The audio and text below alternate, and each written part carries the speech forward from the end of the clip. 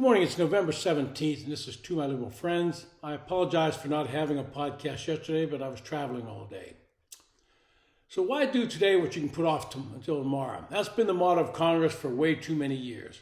Once again, Congress was up against the wall in passing some form of legislation to keep the government open. And this has been a pattern from both parties when they're in the majority, and this time it was no different. Speaker Mike Johnson on Tuesday passed another extension of government funding, giving the House and Senate a few more months to hammer out new spending bills. 93 Republicans voted against the extension, and the new speaker necessitating the Democratic support for final passage. Now, give the GOP holdouts credit for at least foregoing a motion to depose Mr. Johnson for working with the other side. You all remember Matt Gaetz and his other 7 cohorts did not give the same privilege to Kevin McCarthy when he was Speaker and passed the last extension of government funding. To me, this demonstrates very clearly that the feud between Mr. Gaetz and Mr. McCarthy was very personal to the congressman from Florida. He has been angry for quite some time about the ethics investigation into his lewd behavior both on and off the House floor. He had demanded that as Speaker, Kevin McCarthy terminate the Ethics Committee investigation into his actions. That was something that was not within the power of Speaker McCarthy, but it didn't satisfy Matt Gaetz. So off he went on his mission to depose Mr. McCarthy and did it with the help of every Democrat in the House. That's right, he did it with Democrats, not Republicans. The far-right section of the House Republican caucus fails to understand the reality and to grasp what is possible and what's not possible. They keep demanding deep cuts in federal spending without acknowledging that such cuts are dead on arrival on the Senate floor, which is controlled by Democrats. They take to the floor of the House and denounce even their own Republican colleagues for not doing their bidding. And as I said, they ignore the real world where they only control 1/3 of the government and they barely control it. This grandstanding is mainly, and unfortunately, serving to diminish the actual threat, even bigger government spending.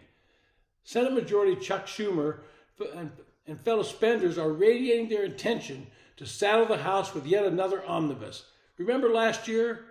A $1.7 trillion, 4,155 page pile, the size and last-minute nature which served to facilitate obscene levels of additional spending. True, this week's continuing resolution means that such an omnibus won't drop at Christmas, but there's nothing stopping it from dropping a few weeks later. Over in the Senate, they've only passed 3 of the appropriations bills and lumped them into one minibus, and will more than likely lump the other 9 into what they call maxibus. That will allow Senate Democrats to cram more spending into take-it-or-leave-it bills. Way back in the spring, then Speaker McCarthy cut a deal with President Joe Biden to limit spending. But according to Mr. Gaetz, who was waging a personal vendetta while claiming he wanted to limit spending, those cuts agreed to were not enough. But they were an acknowledgement that Republicans do not have the power to enact deeper cuts. What they were doing was waging a public relations battle by saying they were standing up to the American people and demanding major reductions in spending. What the House should be doing is passing all of the appropriations bills in compliance with the spring agreement and then sending them over to the Senate. If the Democrats in the Senate opt to try and spend more, it will be them breaking the agreement. But in the end, they will have to accept the lesser spending bill because they fall within the scope of the spending agreement. Now make no mistake, Chuck Schumer is all for slow rolling the appropriations process.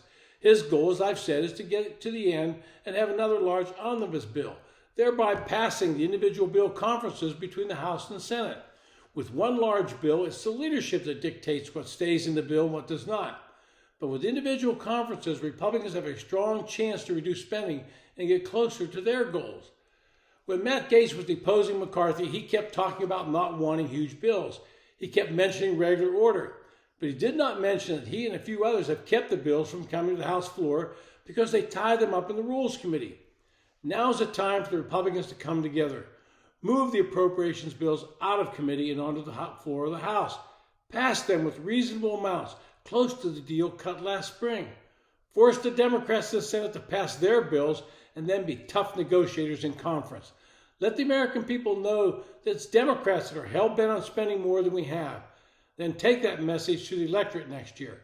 Let them know that if they elect fiscal conservatives, Republicans, to the House, to the Senate, and to the White House, then we might be able to begin to put our financial difficulties into some order.